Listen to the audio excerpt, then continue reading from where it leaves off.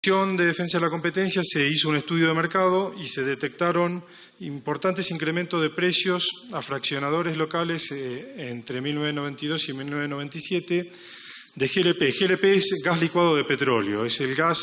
que producen las empresas petroleras básicamente y que lo venden a granel a fraccionadores que lo que hacen es fraccionarlo para que se lo envase en garrafas y esas garrafas después los distribuidores se las venden a los consumidores que las utilizan para calefaccionar, para cocinar. Es decir, en Argentina es un mercado muy importante y además justamente está dirigido a todas las poblaciones que no tienen acceso a la red de gas, o sea, a la distribución de red de gas natural, que es mucho más barato porque al ir el gas ese por esa red tiene costos que lo hacen de más o menos entre un 40 y 50% de lo que vale el gas en garrafa, y además de las molestias de tener que andar cambiando la garrafa y demás. Entonces, los destinatarios finales de estos productos son las poblaciones que viven en las zonas más alejadas, que no gozan de redes de gas instaladas y que tienen que comprar estas garrafas. El mercado de gas licuado de petróleo a granel es de alcance nacional y lo que se detectó que los precios superiores que se fueron incrementando en el mercado local, a diferencia de lo que se exportaba, había una brecha de un 20% en los valores de precios. Es decir, se observaba que el gas de licuado de petróleo que vendía YPF para la Argentina, para los fraccionadores y que después vendían a los consumidores de la Argentina, empezó a incrementarse el precio, mientras que cada vez se exportaba más gas, pero el precio del gas que exportaba no se incrementaba y se produjo una brecha de un 20% entre el gas que se vendía adentro que el que se exportaba, o sea, se vendía adentro más caro que afuera. Y no había ninguna razón explicable desde el punto de vista económico. Y además había otra condición, que cuando exportaban el gas ponían unas cláusulas que prohibían a quien lo compraba que lo reimporte a Argentina para que arbitre y que baje el precio. Es decir, le vendían el gas a un empresario de Brasil, pero le decían, bueno, yo te lo vendo, pero vos no lo podés reimportar a la Argentina. Entonces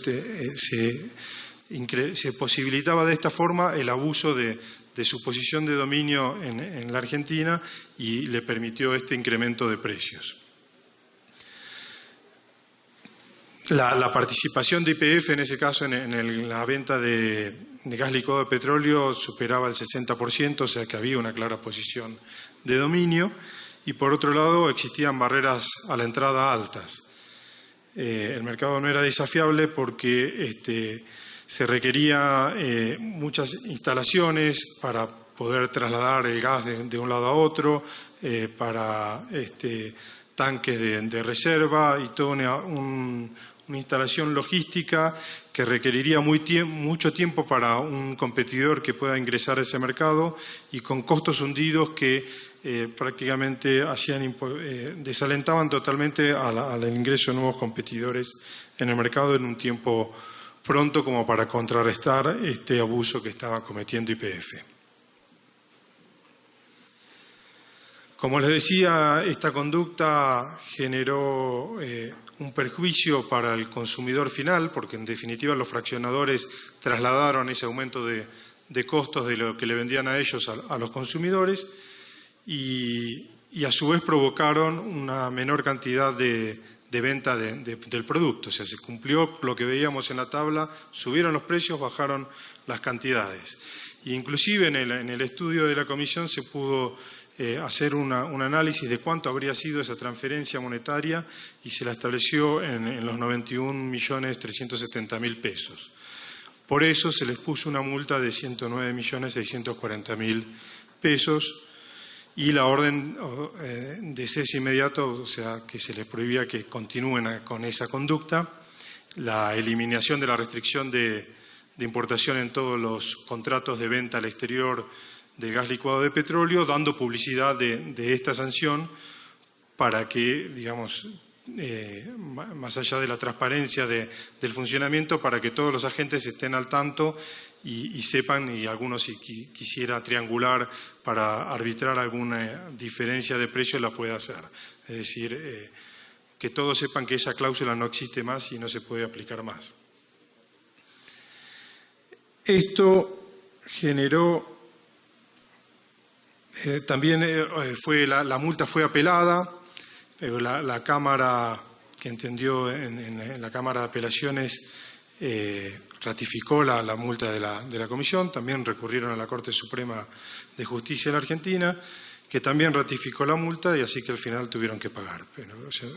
llevó su tiempo también, como todo, pero por lo menos esa plata ingresó a las arcas del Estado. Y después hay un caso, inclusive, de un fraccionador que en base a este caso hizo un juicio a la empresa YPF por los daños y perjuicios ya en la esfera civil, y que todavía no tiene resolución definitiva. Tiene una resolución de primera instancia, ahora está en la Cámara de Apelaciones, pero bueno, el fraccionador le reclamaba el sobrecosto que había tenido que pagar por el producto y la pérdida por la menor cantidad de producto comercializado. Yo creo que con gran sabiduría, luego del trámite del juicio en la primera instancia, se comprobó que el aumento del costo del producto, el fraccionador lo trasladó a los consumidores. Entonces la jueza de primera instancia no le hizo caso por ese concepto, pero sí por el otro, por el triangulito rojo que veíamos al principio. Dijo, si hubiera el precio estado más barato, podría haber comercializado más producto y entonces eso sí es indemnizable. No el aumento de precio, porque como lo trasladó no lo sufrió, entonces no es el quien lo tiene que venir a reclamar. Pero sí esa pérdida social, porque en definitiva también perjudicó al fraccionador que comercializó menos productos. Bueno, vamos a ver otro tipo de conductas, como los precios predatorios. Es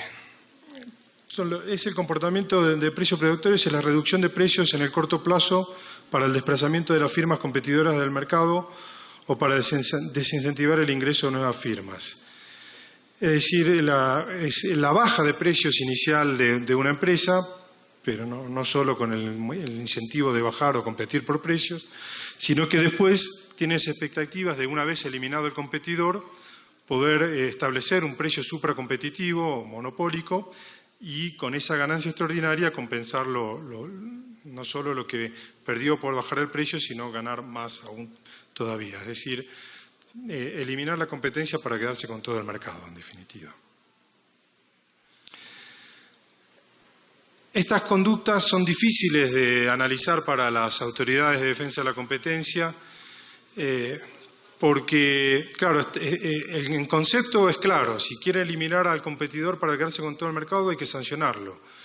Pero cuando viene una denuncia donde un agente nos dice, mire, mi competidor bajó los precios y entonces me va a hacer quebrar y me va a sacar del mercado, le pido que dicte una medida cautelar que lo obligue a subir los precios porque si no yo me quiebro. Y entonces uno lo que primero piensa es decir, bueno, pero la competencia se trata de que bajen precios y que vendan cada vez más barato. ¿Y cómo sé yo que realmente está queriendo hacer una conducta a tal extremo de que es para eliminar al competidor y no solo para tratar de conseguir más clientes porque dar un mejor servicio, un mejor producto a un menor precio? Ahí hay que entrar a analizar información y, como veremos, no siempre es muy fácil. Pero básicamente los conceptos que vamos a tener que ver es, en primer lugar, es el poder de mercado, es decir, cuál es la posición que tiene quien está siendo denunciado de esa conducta, cuáles son las barreras a la entrada en el mercado, porque si hay alguien que tiene una posición dominante y excluye a un competidor, pero después va a poder entrar otro competidor fácilmente, no le va a servir porque no va a poder recobrar esa pérdida o obtener esa utilidad extraordinaria. Y a su vez va a tener que tener recursos financieros para hacerlo, ¿no? Porque es una medida que lleva tiempo en depredar, ir con precios bajos, tiene un costo financiero y por lo tanto debe contener esos recursos para poder cumplir con la maniobra. ¿Y por qué les decía de las dificultades para analizar estas conductas? Bueno, porque la venta tiene que ser a precios inferiores respecto del costo. El costo que debiera considerarse primero es el costo marginal, es decir, cuánto me cuesta a mí producir un bien más o generar un servicio más. Pero esto es muy difícil de observar en las empresas por la información contable misma que poseen. Y por eso se recurre más bien al costo medio variable, que es más, si no diría fácilmente, pero un poco más fácilmente observable dentro de las estructuras contables, de los balances y demás registros de las empresas. Pero siempre justamente va a haber que evaluar estos conceptos para tener en claro que a ver si estamos frente a un precio predatorio y no confundirlo con un precio competitivo. Porque cuando hablamos de costos y su relación con los precios, debemos relacionarlo siempre con el de la gente que supuestamente está cometiendo la conducta predatoria, que no necesariamente tiene que tener el mismo costo de quien lo está denunciando, porque tal vez que el que lo está denunciando no puede competir con esos precios porque él es ineficiente y no puede obtener el mismo costo, digamos, por un mal manejo administrativo o malas decisiones tomadas en sus negocios. Y en cambio, si el competidor, el supuesto denunciado, tiene menores costos y eso es lo que le permite vender más barato, ahí no estamos frente a una conducta predatoria, sino ante un agente ineficiente. Entonces, siempre lo que vamos a mirar es que son los costos de quien supuestamente está predando y a ver si está vendiendo por encima o por debajo de sus propios costos y no el de sus competidores.